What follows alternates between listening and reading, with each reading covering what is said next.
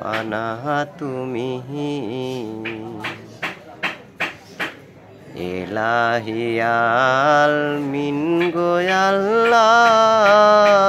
বাদশাহ আলম পানা তুমি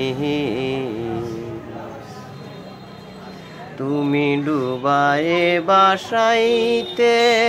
পারো বাসায় কি নারদার করো রাখো মারো হাত তুমারো তাই তো তোমায় ডাকি আমি বাদশাহ আলম পানা তুমি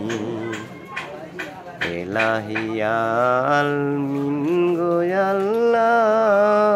বাদশাহ আলম পানা তুমি